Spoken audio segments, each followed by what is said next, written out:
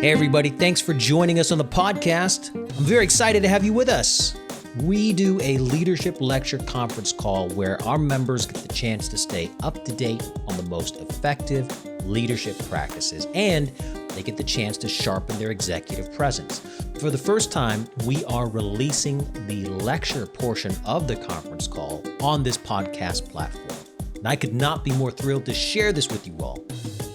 Yes, I know. Many of you have asked for a recorded version of this lecture so you can share it. You've asked me that for a long time now, and it took us a while to put all the pieces together, but we finally caught up to the year 2003, and now we're here. Side note, if you want the video version of this lecture so you can take screenshots and whatnot, YouTube is the place to find us. The link will be in the show notes. Now, before I drop you into the lecture, do me a favor if you're new. If you found this helpful, help me spread the knowledge.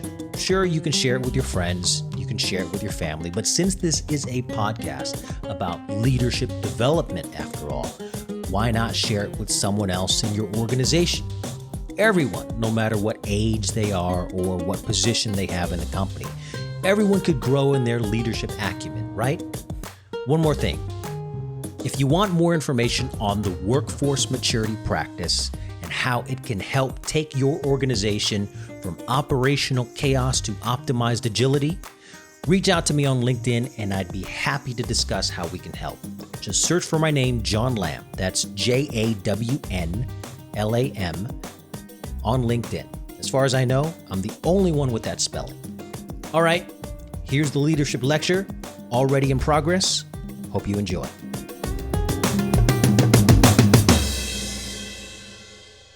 Hey everybody, good morning, good afternoon, good evening, wherever you may be. Welcome to the conference call. Hey, thanks for joining us on our ongoing leadership lecture series. And for those of you who are new to the call, here's how we split this up. We break up the call into 3 parts. Right up top in our A block, which is more or less the lecture part of the conference call. This is where we go over some thoughts on the general topics of executive development and organizational governance. And next, we'll open it up for Q&A around that discussion. For those of you who subscribe to our newsletter, you will have the benefit of foreknowledge of our discussion, so feel free to chime in with your prepared questions if you have any. But of course, questions from everyone are always welcome. And lastly, in our C block, this is where we will do a leadership problem-solving roundtable. We'll give you guys the chance to put a leadership issue on the table and open up the floor to anyone who has suggestions and recommendations on what you would do if you were in the same position. Now, for your information, for your privacy and for your confidentiality, only the A block will be recorded. During this section, your microphones will be muted and your video feeds will be blacked out on my end. We will only open up those tools during the B and C blocks, but even then, none of your comments and questions from the Q&A or from the problem-solving roundtable will be published on any online platform ever. You have my word on that. Okay, let's jump into it because I know that we've got a lot to cover and time is always in short supply for us busy leaders. Starting with today's conference call, we will be diving into more detail of the workforce maturity practice. I've had a lot of side conversations with many of you about this practice, and I know that there still are a lot of you who want more information on the framework. So rather than take scattered shots at answering your questions one by one, I thought it might be best for us to go through a general overview of the paradigm together. To accomplish this, we are going to need to start at the ground floor. This is by no means a single conversation. We will be spending several sessions on this topic. But in order for us to have more productive and more efficient use of our time on these calls, it's important for us to invest some energy in establishing some shared vocabulary and shared perspectives. Today, even though this will be abundantly obvious to many of you, we are going to start at the beginning. The only way to climb up the ladder of workforce maturity is to start at the bottom.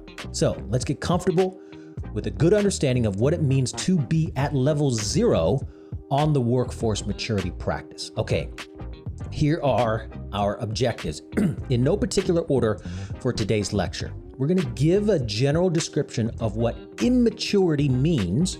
We're going to discuss the biggest consequences of life in an immature organization, we're going to drive home the singular factor that an organization needs to break out of that level 0 on the workforce maturity ladder. Now, to give you a sneak peek, in the next few leadership lecture conference calls, that's when we will lay out the framework of levels 1 through 4 of the workforce maturity practice. Okay? All right, let's get to work. By immature, whether we're talking about organizations or executives, I don't mean young in age. Maturity is independent of age. This is easy to see when we take a look at people, right? I've had the good fortune of working with young executives who have a very mature approach to leadership, and I've had the misfortune of having to deal with cartoonishly immature executives who have decades on their resumes. I'm sure you guys have seen this too. Let me say that again. For a person, maturity is absolutely not a function of age. For a person, mindset is what determines his or her maturity. Now, that same principle applies to organizations. For an organization, maturity is absolutely not a function of years since inception. For an organization, culture is what determines its maturity. Now that we've divorced the notion of age from the term maturity, let's formalize our definition of maturity by breaking it into two parts. Maturity is, first, the capacity to make the best possible decisions given a thorough and sober analysis of reality. Why? Okay, so part 2, for the explicit intention of sustainable growth. In other words, maturity is the power to learn and grow. When we put this together, we can see that an organization that is capable of learning and growing is an organization that has, by definition, a mature culture. At this point, it's worth reminding ourselves that culture starts with leaders. This is what all great leaders know. If you want your organization to grow, then you need to attract talented people, and you need to keep them on your team. That's obvious to us on this call because we are professionals who are passionate about organizational development and leadership development. Not everyone sees the world the way we do, and that's fine. There's nothing wrong with that, and there's nothing wrong with being a solo practitioner in any field. What we are interested in is leading organizations at scale. Scale requires people. Yes, that's tautological. I get it. Nevertheless, that is the central challenge for immature organizations. Okay, deep breath. Here's the TLDW of this lecture. Concentrating on talent retention is the one and only thing that will elevate an organization off of level 0 on the workforce maturity ladder and onto the path towards that promised land of optimized agility. That's an oversimplification, I know. Solving all of the problems that contribute to an organization's talent retention crisis is no easy feat. There is an abundance of contributing factors that lead to that particular systemic organizational problem. And of course, organizations are constantly battling with a myriad of other institutional complications that need to be untangled. So considering the catalog of issues to address, why are we, who specialize in the workforce maturity practice, why are we concentrating on talent retention as the bedrock upon which all else is built? Because we believe in people. People do the work. People hold the knowledge. People innovate, and people create. Think about this. Regardless of industry, once you've answered the fundamental questions about funding, product development, and customer acquisition. In other words, once you've put all the financing, the engineering, and the marketing puzzle pieces together, you still don't have a business until you turn the key and get that machine running. And that metaphorical machine will not run without people. We have a simple thesis. We don't believe that people are everything that matters. We believe that people are the only thing that matters. It doesn't matter how many new employees you bring in the front door if they keep leaving through the back door.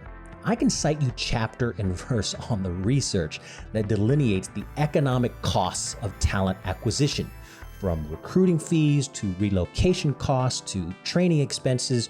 and the lack of productivity during the onboarding time of the new employee, an empty chair in an office represents an enormous financial burden to the organization.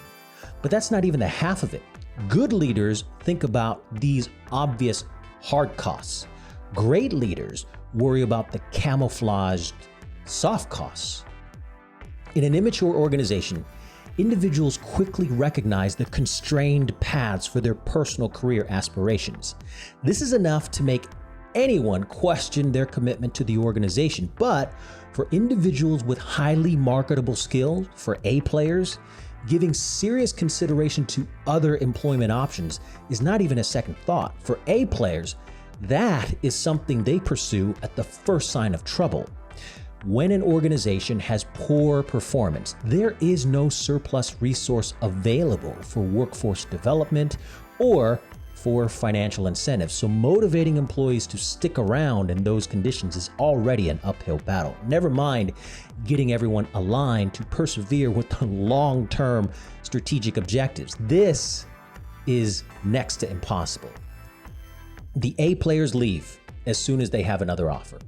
The B players stick around just long enough to develop certain skills that they can then use to sell themselves to their next opportunity. So, as a result, on a long enough time horizon, organizations with an immature culture are perpetually stuck with a cadre of C players scattered throughout the org chart. The revolving door of talent may not be an urgent existential threat, but trust me, it's not something trivial to be dismissed either. If you have your EQ antennas up when you walk around these immature organizations, this is something you can feel. When the organization is no longer capable of attracting new A players, and when the organization sees cohort after cohort after cohort of B players come and go, what you're left with is an environment of low employee engagement and emotional detachment. Now, in the same way that it manifests in interpersonal relationships as it does in organizational behavior, apathy won't immediately kill you, but it certainly will prohibit any growth potential. Now, every time a person leaves, a piece of your institutional experience goes with them. Every time a person leaves, a piece of your competitive strategy goes with them. Every time a person leaves, and for good or bad, a piece of your culture goes with them. Growth can only begin when you begin to retain your best talent. Let's be absolutely clear about something right here, okay? Talent retention is not sexy. No one is saying talent retention is the silver bullet that enables sustainable competitive advantage. Good talent retention is a hygiene factor. There are more exciting problems to solve, to be sure, and we will get to those problems and solutions when we climb higher up the workforce maturity ladder. What we're saying is none of those solutions will stick unless and until you keep your best people. All right, we just went through the hard and soft costs of poor talent retention. At this point, it should be clear to you what the benefits of good talent retention are. But in case that's not obvious, let me make it clear. You don't get any points for having good talent retention. You just stop losing points. That's your benefit. Good talent retention stops the bleeding so you can start the healing. Now let's talk about some causes of the talent retention crisis. What are the internal conditions that make A players head for the door? What kind of atmosphere makes B players not want to stay? And what sort of culture leaves immature organizations with nothing but a crew of C players? Short answer, operational chaos. Let me describe to you what that looks like. When a potential client calls me to have a scoping conversation, I keep my eyes and ears open for certain signals. I'm looking for clues to give me a rough estimate of where that organization is on the workforce maturity ladder. As I'm walking around the site visit, or if I'm on a conference call with the executive team, I look and I listen for a few telltale signs that will shortcut the time I spend later during the full diagnostic phase. I'm looking for symptoms that will help me assess whether or not the organization currently resides at level 0 for our conversation here today, whether or not that organization currently resides at level 0 on the workforce maturity ladder. Here are some of the indicators that might signal me to conclude that we're dealing with an immature organization. Have a listen to these examples and tell me if they sound familiar to you. The first symptom of operational chaos is treating operating procedures as sacred rituals. That's my polite way of saying bureaucratic dogmatism. Whenever I hear, because that's the way we've always done it, whenever I hear that, without any allowance for reconsideration, you guys, that's a sign of trouble. You guys have heard me say that we need to have well-defined standard operating procedures if we are to improve our performance and grow the organization, right? I've said that many times in our previous leadership lecture conference calls. Now, if I sold any merch, I would have a t-shirt that says, "You cannot modify that which you have not codified." Now, therein lies the difference between immature organizations that merely have SOPs and mature organizations that fully capture the utility of their SOPs. The difference is the willingness to periodically reevaluate the SOP's efficacies and efficiencies and then make modifications where necessary. A mature culture is one that is willing to set aside their traditions to change when change is imperative. Okay, second symptom of operational chaos. That is inconsistent performance evaluations. That's my polite way of saying managerial favoritism. This is most clearly seen in decisions related to, for lack of some better terms, rewards and penalties. In other words, decisions regarding matters such as promotions, compensations, transfers, assignments of projects and tasks, performance reviews, corrective actions, demotions, terminations. You get the idea. What we see in immature organizations is the treatment of individuals inside of the teams is not the outcome of defined sets of expectations, but rather these decisions appear to be based on each manager's affinity or aversion to the particular individuals on their teams. Of course, there are managers in these organizations who are capable of dispassionately applying objective standards to the leadership of their teams, but that is not a reason to celebrate. As we discussed earlier, in organizations that are at level 0 on the workforce maturity ladder, those who are good at their job, those who are genuine A players in their leadership, they will soon be heading for the exit gates. So what's left? Once magnified with sufficient time, this kind of culture, the culture of favoritism, metastasizes into the equivalent of corporate fiefdoms. Charismatic executives will retain their loyal followers while the rest will transfer to other teams or leave the company entirely. So if we want to prevent future power struggles between the heads of functional silos, then we need to build in objective managerial policies from the beginning. Okay, the third symptom of operational chaos is dismissing accountability. That's my polite way of saying toxic criticism. In other words, blame shifting and finger pointing. When things go wrong, immature managers seldom accept their contribution to the undesired outcome. Instead, they point to explanations that were beyond their control. They didn't have enough resources. They didn't have enough time. The expectations were unrealistic to begin with. The problem lies with people who are next in line of the value chain, but never themselves. Really? Come on. This type of responsibility avoidance completely inhibits growth because of a very simple psychological principle. You cannot change that which you believe you do not control. So while it may not come due in small and frequent increments, the cost of living this kind of unexamined responsibility avoiding lifestyle, that cost will be heavy and expensive when it is time to pay the piper all at once. All right, bureaucratic dogmatism managerial favoritism, and toxic criticism, these are the most conspicuous symptoms of operational chaos. Chaotic environments offer no growth opportunities for A players. Chaotic environments are emotionally and psychologically draining for B players. And like it or not, chaotic environments are a great place to hide for C players. A talent retention crisis is the consequence of operational chaos. But we can't stop our diagnosis here. Operational chaos is the name we give to that particular collection of symptoms. Operational chaos is the name of the disease. Operational chaos is not the cause of the disease.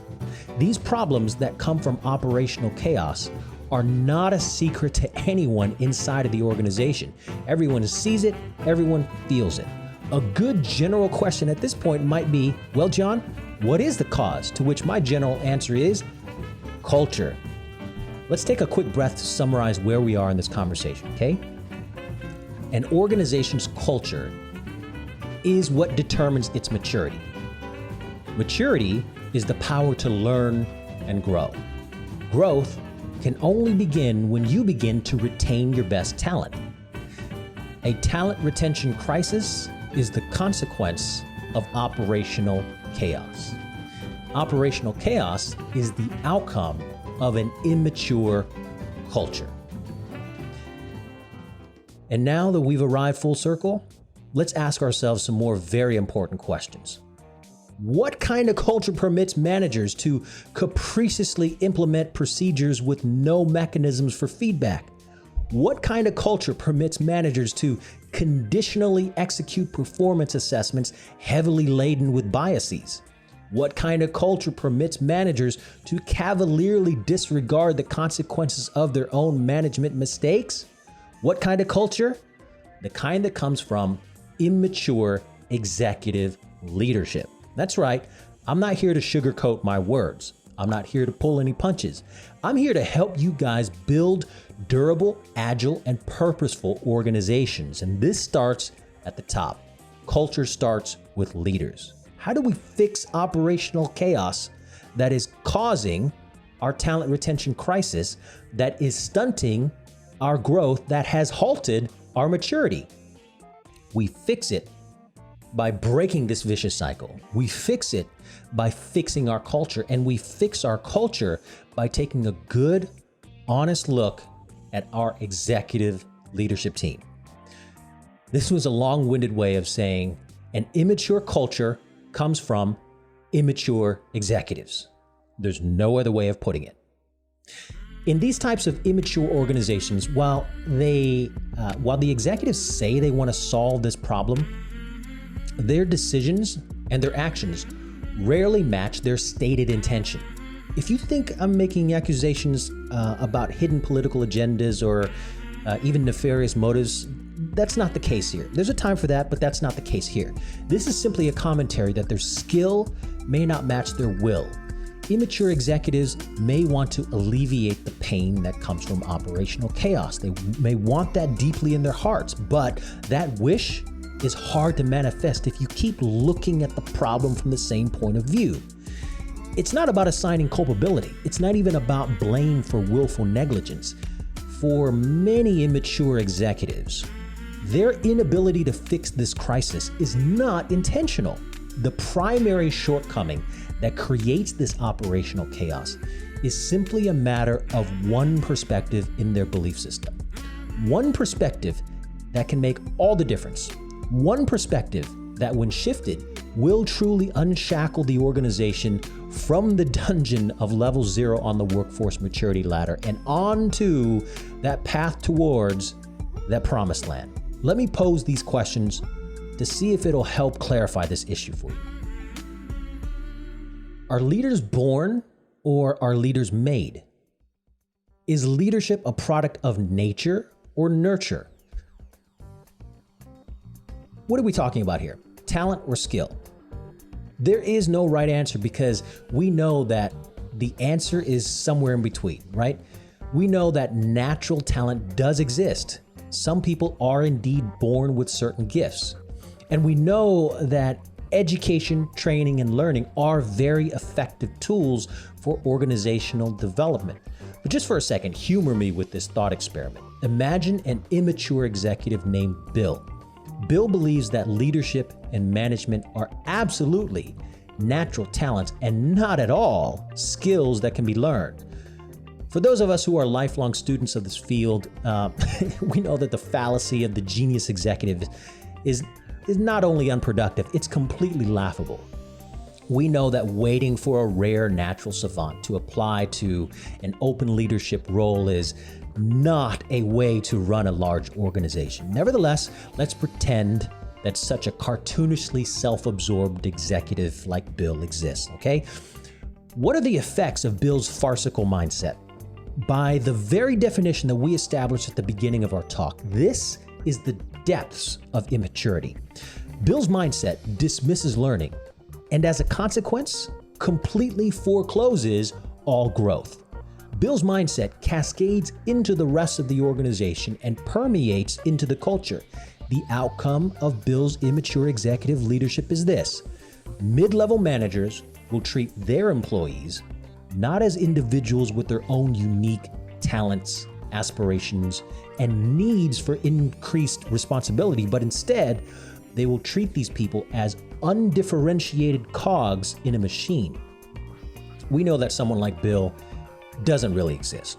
No one wholesale dismisses the idea of training and development, but whether they say it or not, while many executives may not have Bill's extreme perspectives, they aren't far off. While they do believe that leadership and management training is necessary, they take varying approaches to this. Some believe that training is all well and good, but that's what school is for. These immature executives say, once you're in the workforce, you should know all you need to know. Others believe that training is nice, but it's not something to be done on company time. These immature executives say, if you want to grow, do it on your own time. Immature executives rarely, if ever, expect their managers to develop their people. Instead, immature executives expect their managers to solely focus on delivering results. This is the flawed, short-sighted mindset of an immature executive that leads to the operational chaos of an immature culture.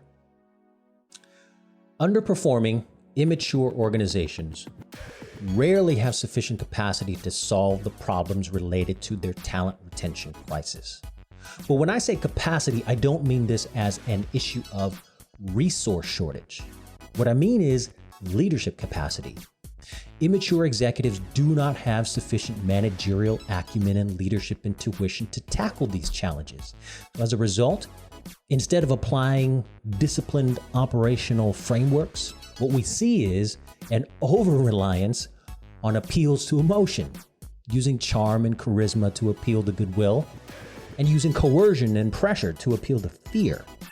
Immature executives are particularly notorious of this practice, as exemplified when they heavily lean on inspirational speeches and motivational quotes, or they heavily lean on misguided power plays and bullying tactics. They use any of those as a patch or a band-aid instead of rolling up their sleeves to make real transformation stick. They use these tactics to get work done, but these tactics will never effectively help people grow. Let me jump back to this point because I don't want to be misunderstood. I'm not downplaying the necessity of inspirational speeches and motivational quotes. Good leaders need those tools in their toolboxes. Being able to galvanize your team and align their work with your long-term vision, that is necessary. Having passion is necessary. Being able to motivate and inspire is necessary, but it is not sufficient. Using those tools alone will get everyone energized, but an excited group with no direction, well, that's nothing more than a chaotic mob. What we want to build is a culture where each and every person in the organization takes pride and ownership of his or her professional development. Managers own the duty to produce results. Absolutely, that's not changing.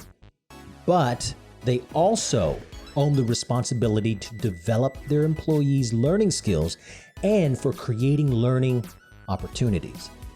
This can only come from a team of executives that has a deep conviction that learning enables growing and growing requires learning. To break out of level 0 on the workforce maturity ladder, the executives must adopt the mindset that management and leadership are skills that can be honed and sharpened. When we think of management and leadership more as technical skills like coding or engineering, we can start to set standards on the outcomes of that skill set. As executives, we can then begin to manage the management process. I know that sounds bureaucratic, but think of it this way.